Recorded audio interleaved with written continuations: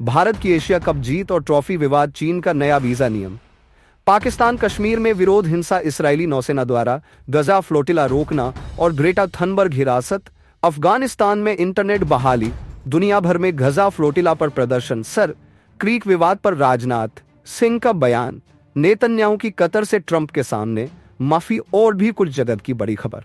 आदाब, नमस्कार। आज है 2 अक्टूबर 2025। मैं आपका होस्ट अनीस अंसार और आप देख रहे हैं ग्लोबल आवाज। तो चलिए शुरू करते हैं। एक छोटी सी रिक्वेस्ट, हमारे चैनल को सब्सक्राइब करें और बेल आइकन दबाना ना भूलें। सबसे पहले बात, भारत की रक्षा मंत्री राजनाथ सिंह ने पाकिस्तान पर सीधा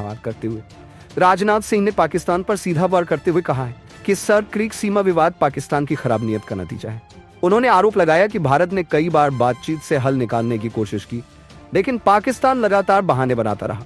राजनाथ सिंह ने चेतावनी दी कि सर क्रीक इलाके में अगर कोई हिमाकत हुई तो जवाब ऐसा मिलेगा कि इतिहास और भूगोल दोनों बदल जाएंगे। सर क्रीक दरअसल 60 किलोमीटर लंबा दलदली इलाका है जो गुजरात और सिंध के बीच है। पानी के उतार चढ़ाव की वजह से यह सीमा कभी साफ नहीं रहती और यही विवाद की जड़ है। यही कारण है कि मछुआरे भी अक्सर गलती से सीमा पार कर बैठते हैं और विवाद और गहराता जाता है। अगली खबर, भारत ने पाकिस्तान को हराकर एशिया कप का खिताब 9वीं बार अपने नाम किया, लेकिन जीत के 4 दिन बाद भी विवाद थमा नहीं। फाइनल के बाद भारतीय टीम ट्रॉफी लिए बिना ही मैदान से बाहर चली गई और अब एससीसी अध्यक्ष मोहसिन नकवी कह रहे हैं कि ट्रॉफी तभी दी जाएगी जब भारतीय टीम खुद आकर उनसे लेगी। सोशल मीडिया पर नकवी का बयान आग की तरह फैल गया है और क्रिकेट की दुनिया में माहौल और गर्मा गया है। अगली खबर की तरफ, चीन ने साइंस और टेक्नोलॉजी सेक्टर में काम करने वालों के लिए नया वीजा लागू कर दिया है।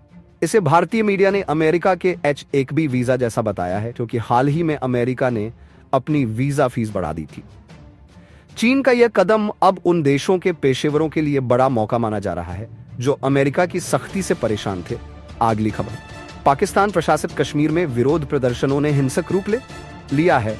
झड़पों में 3 पुलिसकर्मी मारे गए और 150 से ज्यादा घायल हुए। सरकार का कहना है कि 90% मांगे मान ली गई हैं, लेकिन प्रदर्शनकारी कोटा सिस्टम, न्यायिक सुधार और मुफ्त स्वास्थ्य जैसी बड़ी मांगों पर अड़े हुए हैं। प्रधानमंत्री शहबाज शरीफ ने जांच के आदेश दिए हैं और कहा है कि शांतिपूर्ण विरोध हर नागरिक का हक है, लेकिन हिंसा बर्दाश्त नहीं होगी। अगली खबर, इसराइली नौसेना ने गजा के लिए मदद लेकर जा रही नौकाओं को रोक लिया है। इनमें पर्यावरण कार्यकर्ता ग्रेटा थनबर्ग भी शामिल थी, जिन्हें हिरासत में ले लिया गया है। इसराइल का कहना है कि नौकाएं युद्ध क्षेत्र के करीब पहुंच रही थीं और उन्हें चेतावनी दी गई थी, लेकिन फ्लोटिला संगठन का आरोप है कि नौकाओं को टक्कर मारी गई और पानी की बौछार से रोकने की कोशिश हुई। इस कार्रवाई ने फिर से गजा नाकेबंदी पर बहस छेड़ दी है। अगली खबर, तालिबान सरकार ने अफगानिस्तान में 48 घंटे बाद इंटरनेट और फोन सेवाएं बहाल कर दी है। सेवाएं बंद होने से कारोबार और आपातकालीन कामकाज ठप पड़ गया था। बहाली की खबर मिलते ही लोग सड़कों पर जश्न मनाने लगे। हालांकि नेटब्लॉक्स ने कहा है कि अभी सिर्फ आंशिक बहाली हुई है। महिलाओं और लड़कियों पर पहले से लगे कड़े नियमों के बीच ये कदम अंतर्राष्ट्रीय स्तर पर भी काफी ध्यान खींच रहा है। अगली खबर, इसराइल ने गजा की ओर जा रहे ग्लोबल स्मूथ फ्लोटिला को रोक लिया और अब इसका विरोध पूरी दुनिया में गूंज रहा है। इस्तांबुल, एथेंस, ब्यूनस आयर्स, रोम, बर्लिन और मैड्रिड की सड़कों पर लोग उतर आए हैं। इस फ्लोटिला में 44 देशों से आए 500 लोग सवार थे, जिनमें अमेरिका, ब्रिटेन, तुर्की और मलेशिया तक शामिल थे।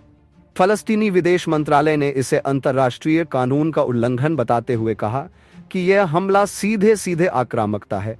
तुर्की ने तो इसे आतंकवाद की कार्रवाई करार दिया और कहा कि नेतन्याहू सरकार की नीतियां सिर्फ फलस्तीनियों के खिलाफ नहीं, बल्कि पूरी इंसानियत के लिए खतरा बन चुकी हैं। दुनिया भर में दबाव बढ़ रहा है।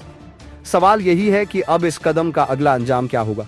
अगली खबर सोचिए, इसराइल का प्रधानमंत्री नेतन्याहू और सामने कतर का गुस्सा, ट्रंप की मौजूदगी में नेतन्याहू को झुककर माफी मांगनी पड़ी। 29 सितंबर को व्हाइट हाउस में ट्रंप और नेतन्याहू की मुलाकात चल रही थी। तभी कॉन्फ्रेंस कॉल पर जुड़ते हैं कतर के प्रधानमंत्री अल थानी। नेतन्याहू ने कहा, हमारे हमले में आपके नागरिक की मौत पर हमें अफसोस है, निशाना हमास था, कतर नहीं। ये माफी उस 9 सितंबर के हमले के बाद आई जब दोहा में हमास नेताओं पर इस्राएली वार में कतर का एक सुरक्षा अधिकारी मारा गया था। अल थानी ने आश्वासन को स्वीकार किया और कहा कि कतर ट्रंप की शांति योजना के तहत गजा युद्ध खत्म करने में अपनी भूमिका निभाता रहेगा। यानी साफ है, अब गजा संकट सिर्फ हमास और इसराइल का नहीं बल्कि अमेरिका और कतर की कूटनीति का भी हिस्सा बन चुका है। तो दोस्तों, ये थी आज की बड़ी और अहम खबरें। मिलते हैं अगली वीडियो में, तब तक के लिए अलविदा।